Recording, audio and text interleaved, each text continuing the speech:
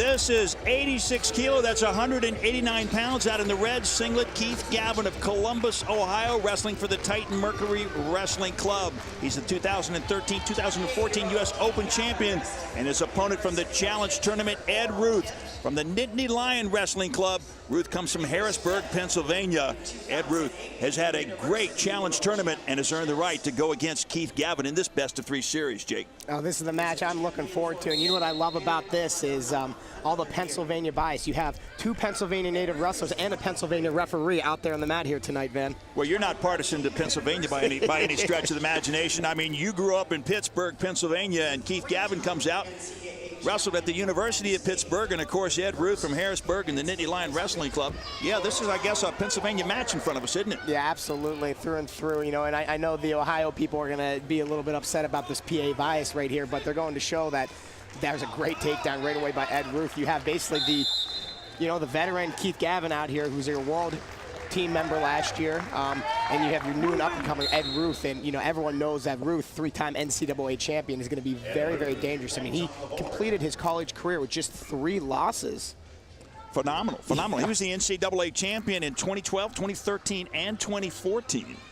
Yep, and he's making his mark and transition here over to freestyle full-time. And that transition you're talking about sometimes can take a little longer than perhaps Ed Ruth has taken. I mean, he slipped it into 5th gear and moved the transition nicely ahead. Yeah, absolutely. You know, and he's somebody that just attacks and scores, and you'll see him. He's got that long reach. He's real athletic. He holds his position well, and you're basically seeing the contrast of two styles. I mean, Keith Gavin, not as athletic as Ed Ruth, but technically just solid. He likes to be a little more lull you to sleep, slow, methodical, and basically score his points in bunches. And Ed Ruth is just kind of a gunslinger, likes to go out, attack, attack, attack, and attack. That he is. Ed Ruth wrestled at Blairstown, New Jersey, Blair Academy, which is a very formidable school in its own right in terms of turning out good wrestlers that move on and do well at the collegiate ranks. 2-0 right now. Ed Ruth out in front of national champion Keith Gavin. Yep, these two did not get to meet at the U.S. National. Ed Ruth was taken out by Clayton Foster, and then Keith Gavin had a great match against Clayton Foster, taking him down in the last, I believe, 15, 20 seconds to win the match. It was a great match, I think, between Ruth and Foster, and Ruth might have spent a little bit of his change in that particular bout when he came out to face Keith Gavin. That was a good bout, but Ruth came back and defeated John Reeder for 3rd place in the Open Championship. So he's a man making his mark and on the move as he steps out of bounds right now, and Keith Gavin picks up 1 point to make it 2-1. Yep, and that's what Keith is going to do. He's going to slowly come back and chip away. You know, he's not a fast starter, but he's real methodical, holds his position real well. It's tough to score on, but if you can get to his legs, you're going to be pretty well. I mean, especially if you're at Ruth, but Ruth only able to get to his legs for 1 attack so far. Earlier this year, Keith Gavin was 2nd in the 2014 Grand Prix of Paris, which features some pretty good competition. And a lot of times, Jake, you plain and simply have to leave the country and head to Europe in order to pick up some of the world-class competition from other countries. Absolutely. Back when we were in college, we just had to meet up during Christmas break and get some wrestling in, Keith and I. But, now he's going to travel all the way to Paris, all the way to Russia to get some of the best in the world in. And then that's what you got to do. That's a lot of traveling. If you ever looked at the passports, like Jake Herbert's passports or some of these other guys, it's going to be full. They're going to have to add pages to it, I think. Yeah, it's about 2 inches thick right now. We had to get the double allotted pages added into it, and people look at you crazy. And they're just like, why do you go to Azerbaijan so many times? And then you have to explain to them, oh, I'm a wrestler. And that is to get better. There's no two ways about that. As the first period comes to a close. Well, that was mat awareness as we came to the end of the first period on the part of Keith Gavin, who picked up the 1 point on the push-out. And talk about mat awareness right now.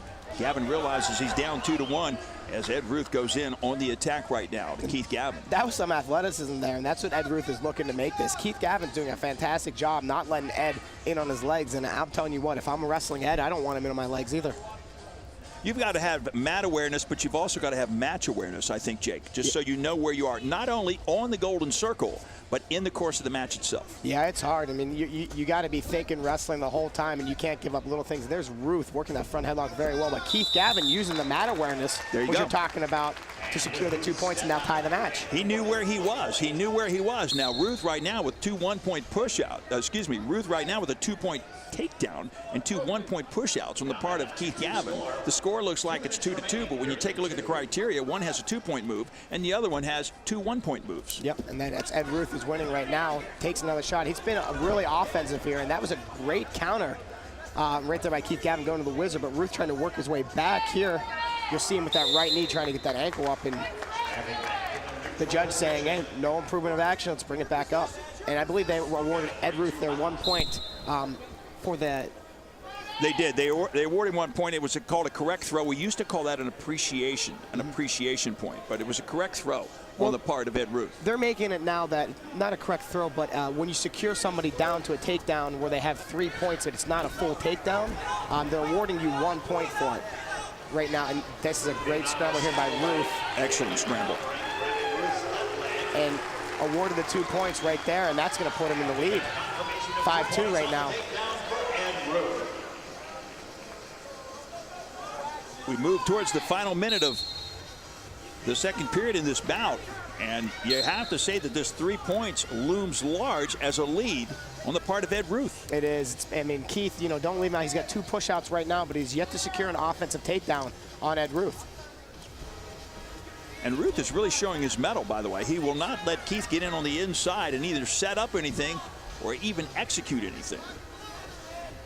So Gavin has had to settle for a couple of push-outs, and looks like he might be trying to settle for one here. And that was the first attack right on the leg. Keith Gavin was in on the leg, then on the body, and ended up settling for a 1-point push-out instead of a 2-point takedown. Now it's close. It's 5-3. It's 1 takedown, which Keith Gavin needs, but I believe with Ed Ruth will still be winning on criteria with his 2 2-point takedowns. And here's where Keith is good. He's working his way behind him, and there it is. It's 5-5 right now, but again, Ed Ruth winning on criteria with 2 2-point takedowns. Jake, this is what I talk about when I talk about match awareness, to know where you are. Yep. Certainly his coaches know that. Oh, wow, is right. Keith's got that trap arm locked up too, and that's a 7-6 lead right now, and that's what he needs to get done at the right time. I mean, Keith. It's 7-6. You saw Gavin pick up 2 points when he rolled him through, but the 1 point came when he touched his elbows to the mat. It wasn't a clean roll through, so. And wow. The 1 point doesn't stand, so it's 7-5. As this match comes to a close, and a great come-from-behind effort by Keith Gavin as he defeats Ed Ruth by the score of 7-5 in this 86-kilo category.